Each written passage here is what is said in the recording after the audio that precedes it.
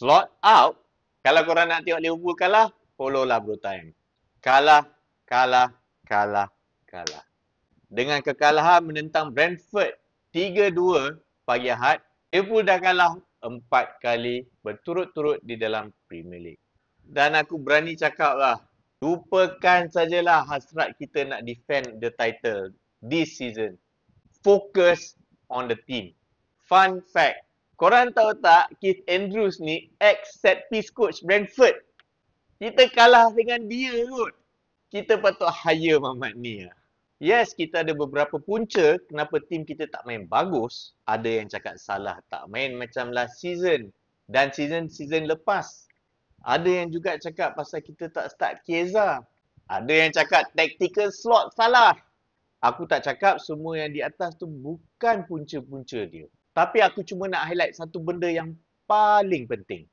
Dan untuk aku, ini benda pertama yang kita patut fix. Our defense. Korang tahu tak, defense kita dah bolos 14 goals dalam 9 perlawanan.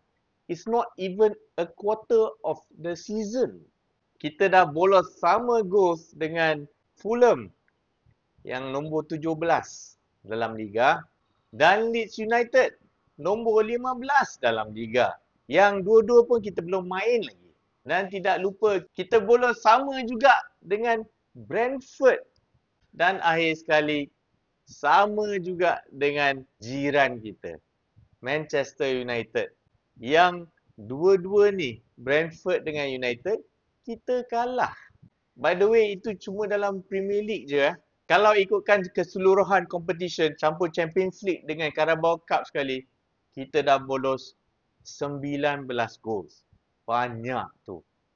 Kalau campur Community Shield, kita dah bolos 21 goals. Kalau kita skor banyak, tak apalah juga. Ini kita skor berapa je. Kita nak skor, nak dekat sama. Honest question lah ya. Takkan Arne Slot dan backroom staff tak nampak benda ni? Ini adalah tugas Arne Slot dan backroom staff. Apa diorang buat? So, korang rasa macam mana? Apa sebenarnya punca dia? Cuba komen sikit. Susah nak santai lah. Pasal the next game kita dah ada midweek Carabao Cup. Aku dah tak tahu nak cakap apa dah. Kita tengok je lah.